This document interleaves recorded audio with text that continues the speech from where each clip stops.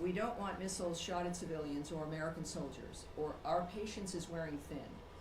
Thank you for your attention to this matter.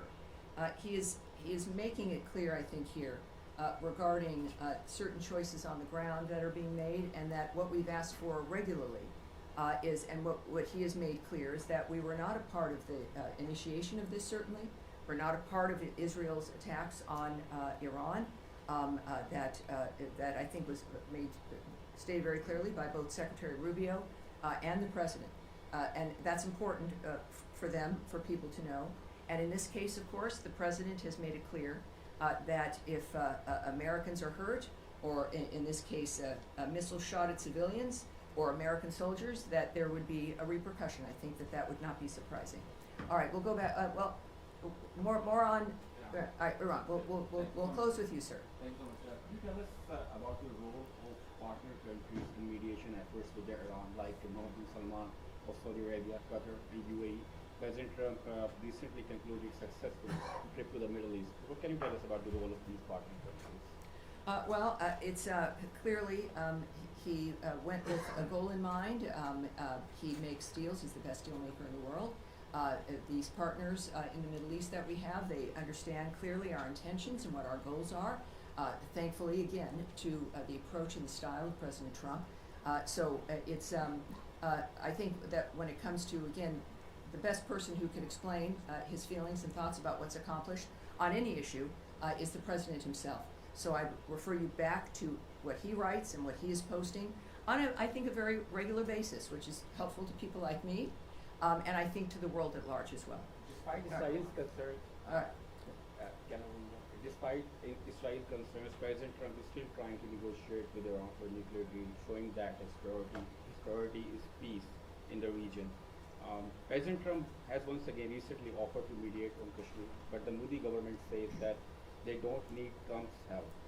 Does President Trump need Modi permission to bring peace in South Asia by resolving the Kashmir issue? Well, yes, this is every country, as President Trump has stated, is a right to define its own future. He offers his help, and it's up to whoever he's offering it to whether or not they'll accept it.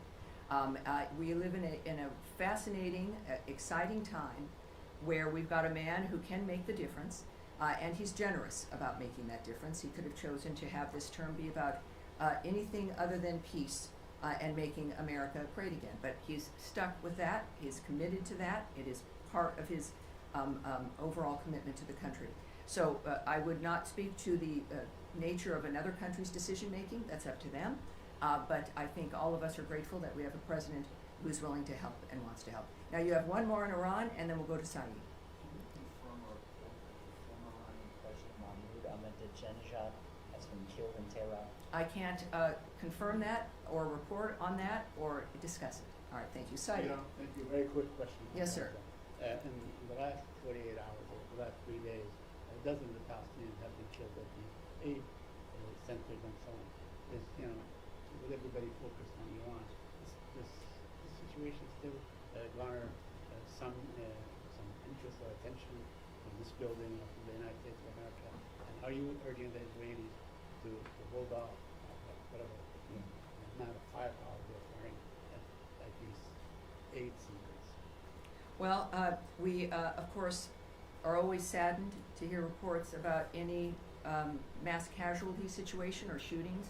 I don't know who isn't, no matter what the dynamic. The IDF has said a particular incident is under review, and that is helpful, and we'll see what their review comes up with. In the meantime, I think it is important also when it comes to the nature of the efforts to get aid and food to the Gazans. We now know, can report that the Gaza Humanitarian Foundation now is working at 4 distribution sites and has distributed nearly 26 million meals to date. So it is again a conversation about whether or not the State Department cares. Every day there's a demonstration, and when we think about the State Department, it's people. It's people who've committed their lives to a diplomatic life, to a life of foreign service, to a political life, to try to make the difference for the world. So we see that manifesting here, and as we also know with today's events and today's conversations, There's a reason why we need people like President Trump and the American commitment to peace abroad. All right? Yes, okay. Yeah, it's being reported in all the weekend that the Secretary actually the President, Yes. would expand the travel ban to 36 other countries. A lot of them, from what I understand, are on Africa. There's already 19 countries that are affected by the travel ban to a different extent.